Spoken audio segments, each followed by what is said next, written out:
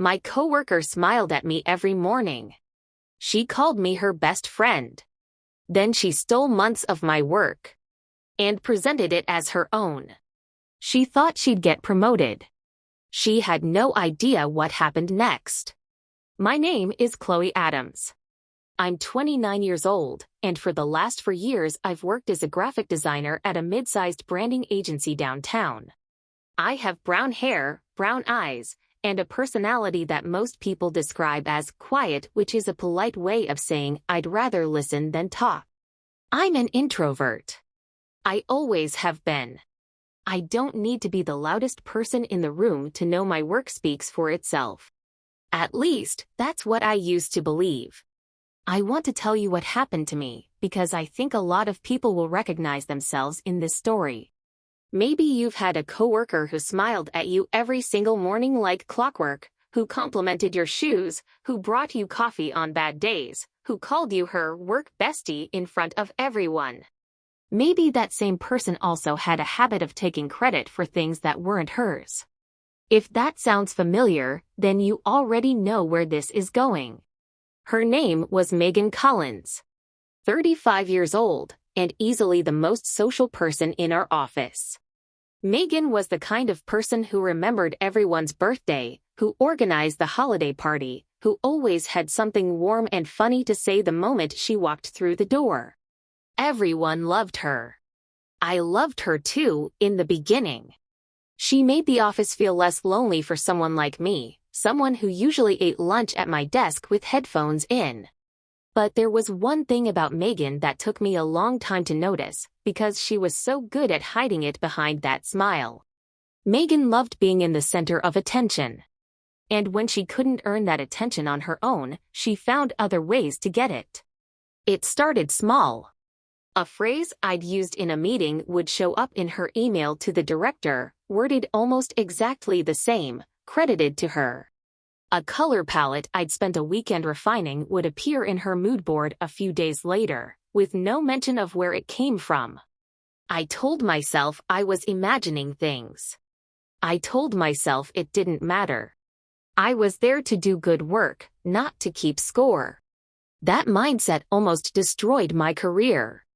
Everything changed the day our director, Mr. Whitfield, announced that we'd landed a major client, a national retail chain looking for a complete rebrand. New logo, new visual identity, new packaging, the works. It was the kind of project that could define a career. Whoever led it would be first in line for the creative director position that had just opened up. I was chosen to lead the design. I spent the next 3 months living inside that project. I stayed late more nights than I can count. I filled sketchbooks with logo concepts, built out entire brand guidelines, tested typography against dozens of layouts, mocked up packaging in every color combination imaginable. I remember one night around 11 p.m. sitting alone in the office with my third cup of coffee, finally landing on the concept that felt right, a clean, modern mark that balanced warmth and structure in a way I was genuinely proud of. I remember feeling, for the first time in a long time, like I had built something that mattered. Megan noticed. Of course she noticed. She always noticed the things worth noticing. "Chloe, this is incredible," she told me one afternoon, leaning over my desk with that wide, easy smile of hers. "Can I take a look at the full presentation? Just for feedback. You know I've got a good eye for this stuff." I didn't think twice. That was my mistake. I sent her the deck that same evening, full slides, mock-ups, brand rationale, everything. I trusted her. She was my friend. Or so I thought. A week passed. Then, on a Thursday morning, an all-staff meeting was called. Mr. Whitfield stood at the front of the conference room and said the client wanted an early look at concept direction, and that Megan had some exciting work to share. I remember the exact moment my stomach dropped. Megan stood up, opened her laptop, and put my presentation up on the screen. My logo. My color palette. My packaging mock-ups. My brand rationale, word for word, in some places. She walked through every slide with total confidence, gesturing at the screen like she'd built it from nothing but instinct and inspiration. She even used the same phrase I'd written in my notes. Quiet confidence meets everyday warmth. As if it had come to her in a dream. The room applauded. Mr. Whitfield looked genuinely impressed. Someone said, "Megan, this might be your best work yet." She smiled and said thank you like she'd earned every word of it. I sat there in complete silence. My hands were cold. My throat felt tight. I looked around the room, waiting for anyone to say something, to recognize the work, to ask a single question that might unravel the story Megan was telling. No one did. Why would they? As far as they knew, this was simply Megan being brilliant, the way she always was. I didn't say a word. Not one.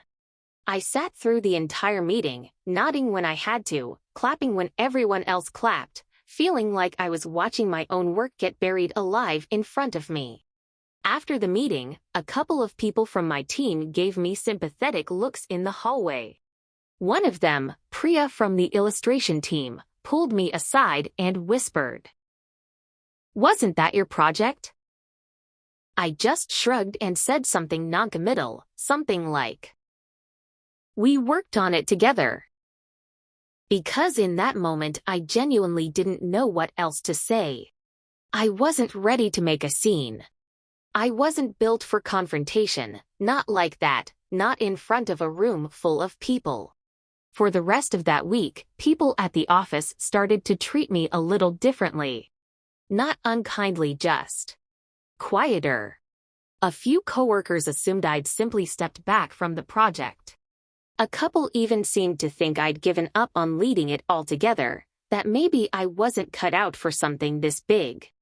I heard secondhand that someone in the break room said, "I guess Megan just took the lead on that one." I felt myself shrinking, becoming smaller in a story that was supposed to be mine. I won't lie to you. There were nights that week where I sat in my car in the parking garage after everyone else had gone home, gripping the steering wheel, wondering if I should just quit. Wondering if being quiet, being the person who lets her work speak for itself, was actually a weakness in a world full of people like Megan, people who knew exactly how to speak loudly enough for both of them. But somewhere in the middle of that spiral, I remembered something. Something small.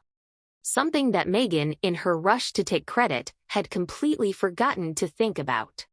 Every file at our agency, every layer, every draft, every revision gets automatically backed up to our corporate cloud system. It's a standard ID policy, the kind of thing nobody thinks about because it's boring. But that boring detail meant that somewhere in our servers sat a complete, time-stamped history of exactly who created that brand identity, who edited it, and precisely when every single change was made. Megan had opened my file, taken screenshots, rebuilt a version of my presentation under her own name, but she'd never touched the original project folder. She didn't have access to the source files, the layered documents, the raw project history. She had a copy of my finished work. She didn't have my process. I didn't say anything to anyone. Not yet.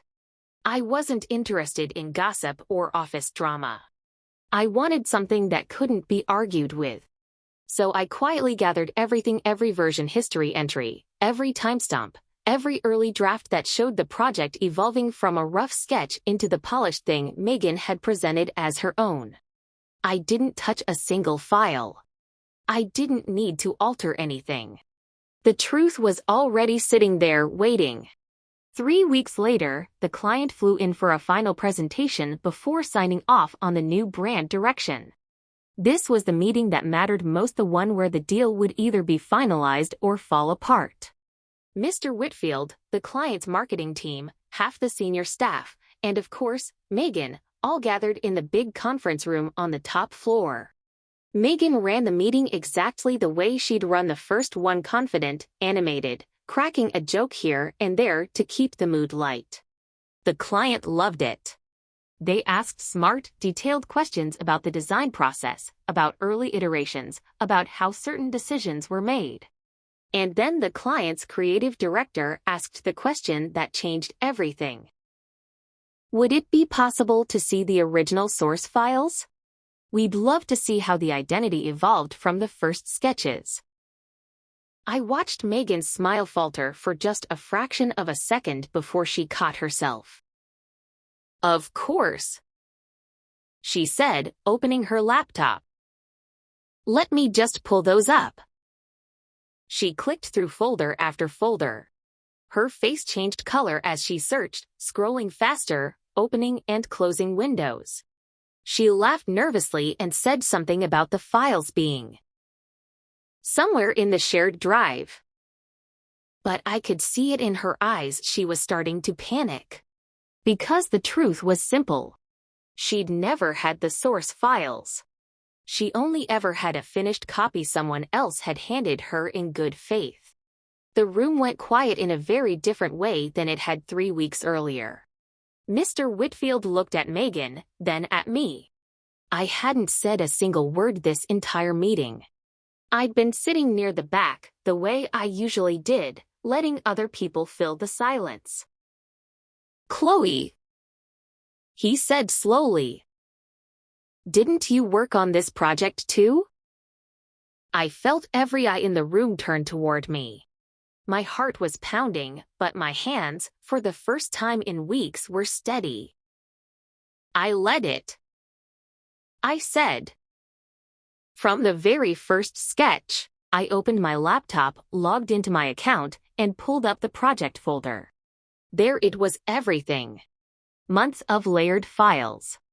Early concept sketches from that late night with the third cup of coffee. Dozens of revisions, each one time-stamped, each one showing my name as the creator and sole editor for the first 10 weeks of the project, right up until the week Megan asked to take a look, just for feedback. I didn't raise my voice. I didn't accuse anyone of anything. I simply scrolled through the history, slide by slide, revision by revision, and let the truth speak for itself the way it always should have. The client's creative director leaned forward, studying the timestamps. This is remarkable work, she said. Chloe, this whole evolution, the way the concept developed, this is exactly the kind of process we want to be part of. Megan tried to say something, some half-formed explanation about collaboration and teamwork, but the words kept falling apart before they reached the end of a sentence. Nobody in that room was buying it. You could feel the shift happening in real time, the way a room full of people quietly recalculates everything they thought they knew about someone. The meeting ended not long after that. The client signed off on the project with my name attached as lead designer, in writing, in the contract. Megan left the room first, and I remember she didn't look at me on her way out. The following Monday, Mr. Whitfield called me into his office. I sat down across from him, bracing myself for I don't know what, a warning about office conflict, maybe, or some vague corporate non-answer designed to keep the peace and avoid taking sides. Instead, he apologized to me. Personally. Directly. He said he was sorry it took a room full of clients for the truth to come out, and that he should have asked more questions the first time Megan presented that project.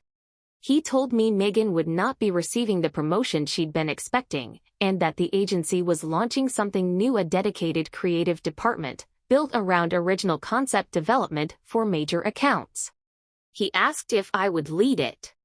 I said yes. Megan stayed at the agency for a few more months after that, though something had shifted. People were more careful around her. More questions got asked before credit got given. Eventually, she left for a position at another company. I never found out the details, and honestly, I didn't ask. I wasn't interested in her downfall. I was interested in getting my name back. I think about that period of my life more than I probably should.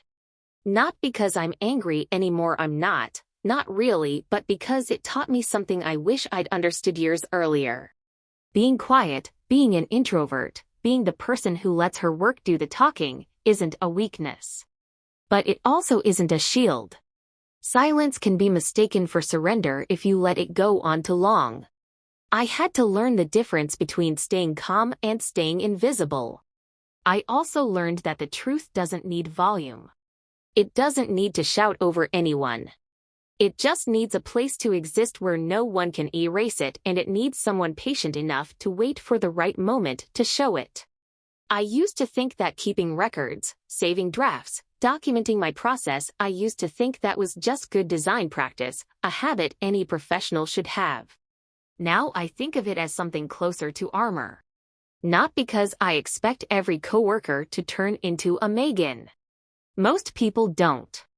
Most people are exactly as kind as they seem. But it only takes one person, one moment of misplaced trust, to remind you why it matters to leave a trail behind your work. I still save every version of every project I touch.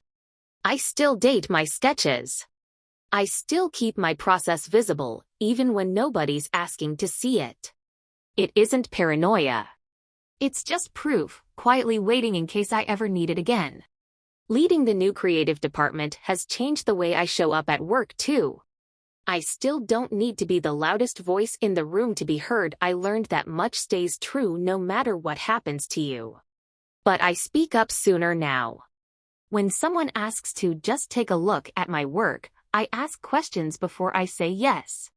When credit is being handed out in a meeting, I make sure my name is in the room, even if I have to say it myself. I didn't used to think that was necessary. I do now. Priya, the illustrator who pulled me aside in the hallway that first week, works on my team now. Sometimes she jokes that I run the most well-documented department in the entire building. She's not wrong. I build it that way on purpose.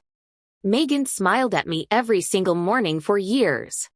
She called me her best friend. And in the end, she taught me the most important lesson of my career without ever meaning to. You can steal someone's presentation. You can copy her slides, her colors, her words, even the exact phrase she wrote late one night over a cup of cold coffee. But you can never steal the truth behind it. So let me ask you the same question I've been asking myself ever since that day in the conference room. What would you have done in my place?